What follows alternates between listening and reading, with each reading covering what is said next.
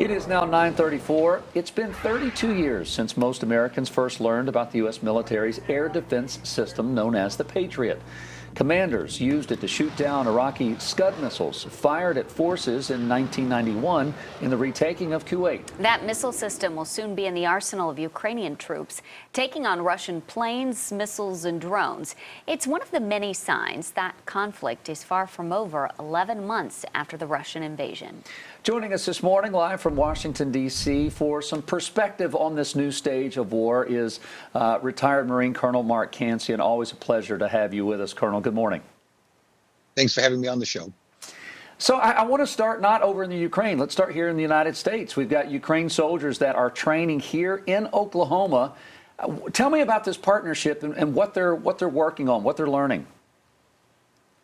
Well, the training of Ukrainians on new equipment is old. We've been doing that since the beginning of the war, as all of this equipment has flowed to Ukraine.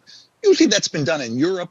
What's unusual here is it's being done in the United States. And the reason is that Patriot, although very capable, is also very complicated, very sophisticated. And it's much easier to do that training at the schoolhouse at Fort Sill, where we train U.S. troops, rather than trying to replicate that in Europe. Colonel, what's the Russian perception of Americans training Ukrainian troops with this very effective system? Well, the Russians always complain about new systems that are being brought to Ukraine and about the training of the Ukrainian troops. However, they have not done anything and will not do anything. There were two red lines that Putin has put down. One is no NATO troops in Ukraine. The other one is no invasion of the Russian homeland. The U.S. and NATO have respected that, and these initiatives with Patriot and armored vehicles don't contravene that. So the Russians will complain, but that's all. What is it about the Patriot defense system that is so attractive to Ukraine that they are bringing troops here to train? What is it? How could that change their strategy?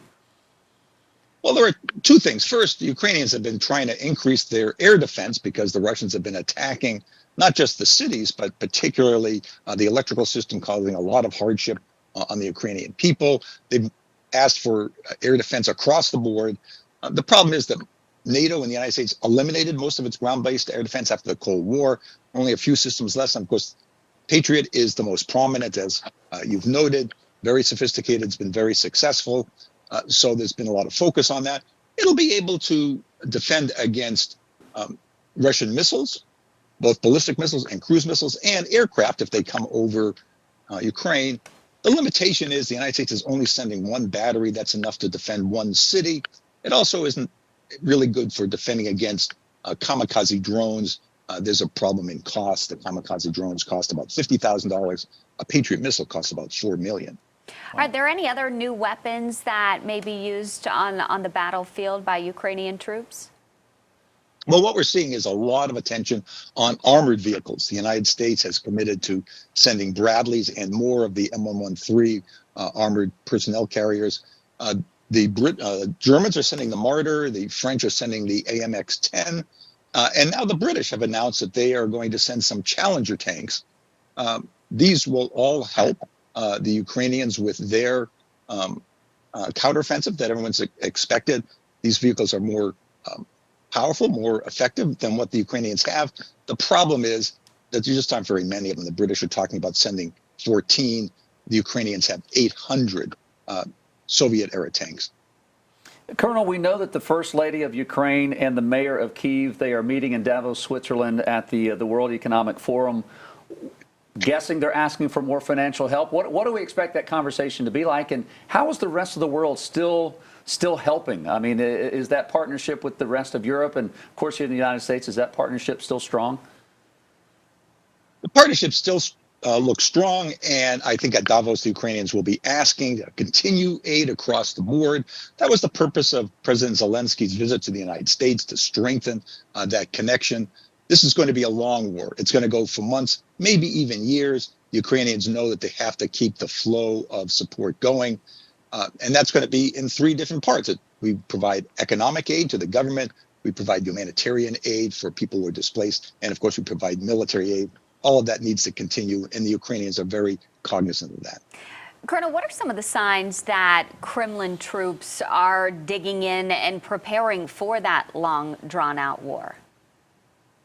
There's no question that they are. We see that they are digging in. They're building, they're strengthening their front lines. That's why the war looks a lot like World War I, with trenches and strong points and artillery barrages. The Russians are trying to hold on to what they have.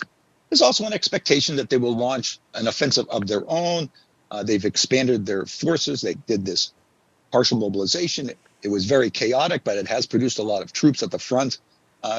So the expectation is the Russians will probably launch an offensive of their own, likely in the Donbass area, because politically Putin has said that that's very important. He wants to bring that back into Russia. And we're hearing, Colonel, that Putin is reshuffling his top generals. What does that tell us about maybe his strategy? And is there still loyalty from troops like there was 11 months ago? I think Putin is reshuffling his senior leadership because they're failing. Everyone, including the Russians, recognize that the war has not gone the way they've wanted. This is the fourth leadership structure that they've had.